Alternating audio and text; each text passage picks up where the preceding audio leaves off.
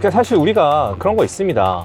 자동차를 고를 때 물론 멋지고 돋보이고 싶고 캐릭터가 강한 차들을 원하시는 분들도 많이 계시지만 사실은 그냥 교복 같은 차를 원하시는 분들도 계시거든요.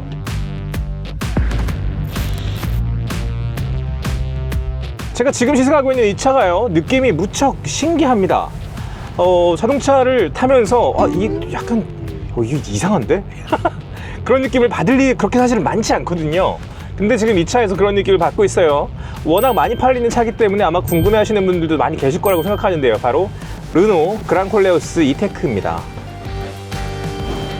르노 그랑콜레오스 이테크 하이브리드. 르노의 하이브리드 기술은 사실은 무척 뛰어나기 때문에 제가 전에도 XM3 이테크 말씀드리면서 이미 좀 많이 말씀드린 바가 있습니다. 그러니까 되게 재밌고요, 똑똑하고 F1에 출전하는 회사 아니겠습니까? 그래서 거기서 갈고 닦은 여러 가지 기술들을 양산차에도 반영하는 그런 브랜드이기 때문에 사실 우리가 그냥 알고 있는 르노라는 이름에 비해서 역사와 전통과 기술이 무척 뛰어난 그런 회사라고 생각하셔도 됩니다.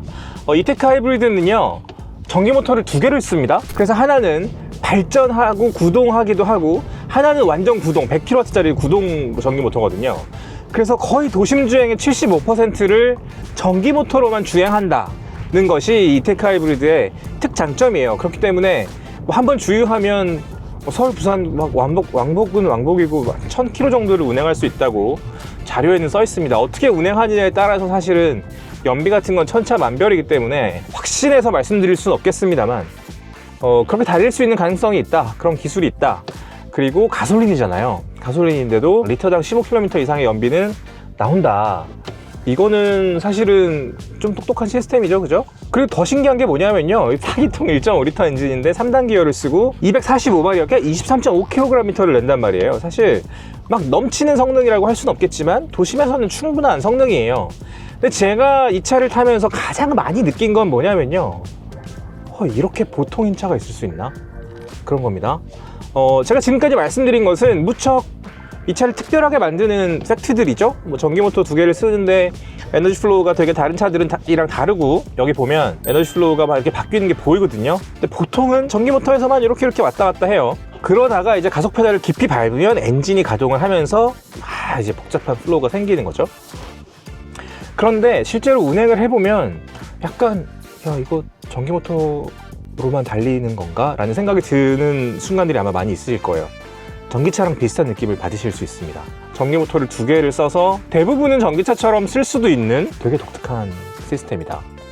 그래서 실제로 달려보면 그렇습니다. 되게 조용하고 부드럽고, 그래서 사실 지금 이 글라스에도 이중 접합이고 되게 차음 성능이 좋은 유리이기 때문에 닿는 순간 차단되는 게 되게 좀 많이 느껴지거든요. 근데 차 자체도 조용하니까 굉장한 안정성을 느끼실 수 있을 겁니다. 안락함을 느끼실 수 있을 거예요, 청각적으로. 근데 제가 이 차가 왜 보통이라고 말씀드리냐면, 사실 요즘의 SUV 시장, 그리고 현대 기아의 디자인 양상들, 그리고 뭐 주행 성능들을 보면 캐릭터를 강화하는 쪽으로 가고 있습니다. 제가 산타페를 좋아하는 맥락도 사실은 그 볼드한 매력에 있거든요. 하지만 그 볼드한 매력을 가지고 있으면서도 주행 성능이 무척 괜찮다, 현대스럽지 않다고 제가 말씀드린 적이 있습니다.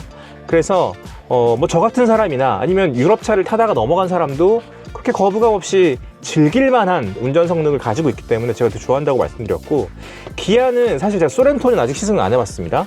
근데 다양한 기아 모델들을 타보면 조금 더 대중적인 성향이 있습니다, 현대보다.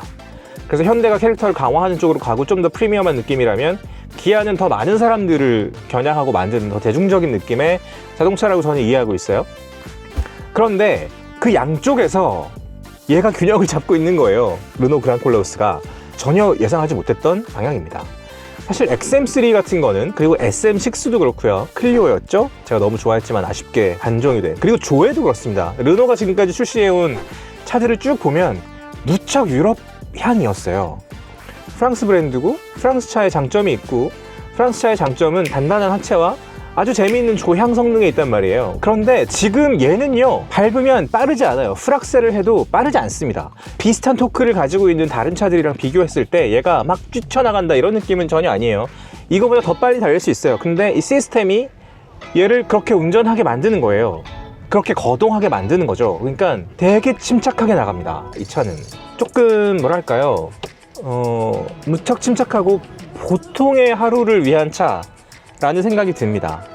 이를테면 산타페 같은 경우는 아웃도어를 지향하는 차잖아요. 레저를 지향하는 차고, 막 풀플랫에 차박도 너무 좋고, 어쨌든 되게 여유 있는 일상을 위한 차란 말이에요. 뭐 소렌토도 다르지 않죠. 근데 SUV라는 게 사실 지향하는 게 그것인데, 르노 그랑콜레오스 같은 경우는 그냥 데일리 라이프를 위한 차 같아요. 그 SUV들이 주말을 지향한다면 얘는 먼데이 투 프라이데이를 위한 차. 그렇기 때문에 무척 침착하고 편안하게 이 차를 타실 수 있을 것이다, 이런 말씀을 드리고 싶습니다.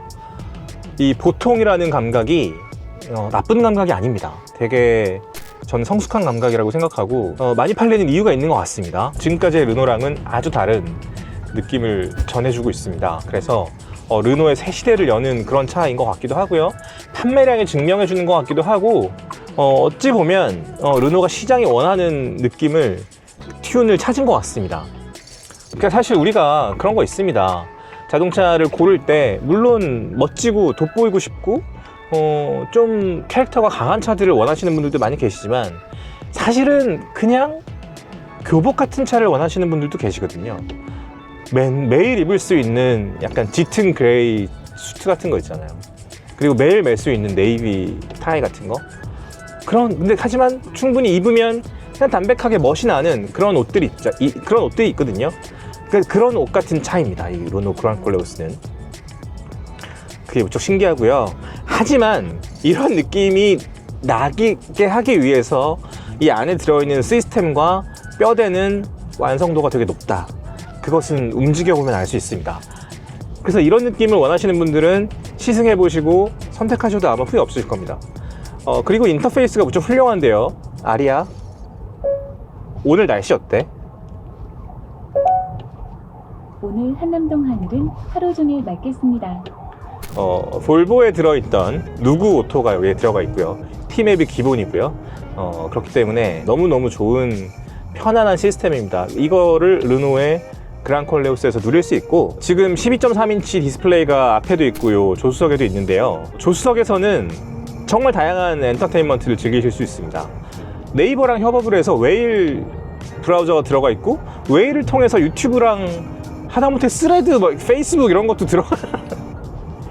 사실은 솔직히 말씀드리면 무슨 자동차에 앉아서 디스플레이까지 활용해가지고 소셜미디어에 접속해야 돼? 그런 생각이 드는 게 사실입니다. 그냥 저는 음악만 듣는 게 좋긴 해요.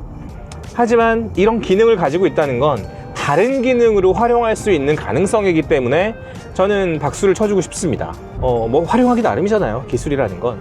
그런 맥락에서 지금 디스플레이와 이 디스플레이가 가지고 있는 이 안에 오퍼레이팅 시스템이 가지고 있는 여러 가지 가능성에 저는 큰 기대를 걸고 싶고, OTA도 기본으로 적용되기 때문에 뭐 업데이트도 너무 편하게 진행하실 수 있을 거고요. 그리고 무척 재밌는 게요, 지금 운전석에 이렇게 그냥 평범한 화면이 떠 있죠? 그런데 센터 디스플레이에서 세 손가락으로 운전석 쪽으로 스와이프를 하면 얘가 이렇게 넘어옵니다. 그리고 다시 반대쪽으로 스와이프하면 사라지죠. 이게 뭐 조수석 쪽에서도 같은 식으로 작동합니다. 이게 되게 신기하죠? 이런 거 신기합니다. 그래서 화면을 공유하기 되게 좋은 거죠. 여보, 웹툰 좀 볼래? 재밌는 거 있는데, 신호대기 할 때. 뭐 이런 게 가능하다는 뜻입니다. 이런 것도 사실은 냉소적으로 생각하면 뭐 이렇게까지 해야 되나 싶지만 여러 가지 가능성이 있겠죠. 활용하기에 나름이라는 생각이 듭니다. 그래서 이 역시 무척 보통의 성능과 보통의 느낌을 완성해낸 자동차지만 이 안에 들어있는 기능들이 괜찮아요. 되게 편안하고 좋습니다. 그리고 무엇보다 누구 오토랑 T맵이 들어가 있고, 정말 이 조수석에서의 디스플레이를 활용하는 방식이 이렇게까지 한국적인 생활 환경에 잘 맞춰져 있는 차는 약간 처음 만난 게 아닌가, 그런 생각이 들어요. 사실 뭐 모니터가 있지만 좀 애매하게 활용할 수 있는 그런 기능들이 많이 있었기 때문에.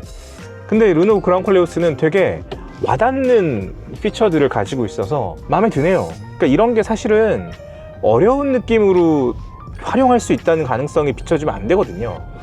되게 편하게 이거 그냥 쓸 수 있어, 그러니까 이런 느낌이 들어야 남녀노소 활용할 수 있는 거고요. 그렇기 때문에 저는 이것조차도 되게 마음에 들었다, 그런 말씀을 드리고 싶고요. 그리고 이게 약간 운전자 중심, 그러니까 운전이 재밌고 막 그런 느낌이 아니라 정말 편안하고 가족 중심이라는 느낌이 더 드는 이유가요, 인테리어에 보면 운전자를 위한 디스플레이는 이렇게 딱 구분이 되어 있고요, 센터 디스플레이랑 조수석 쪽 디스플레이가 이렇게 한 덩어리로 디자인이 되어 있습니다.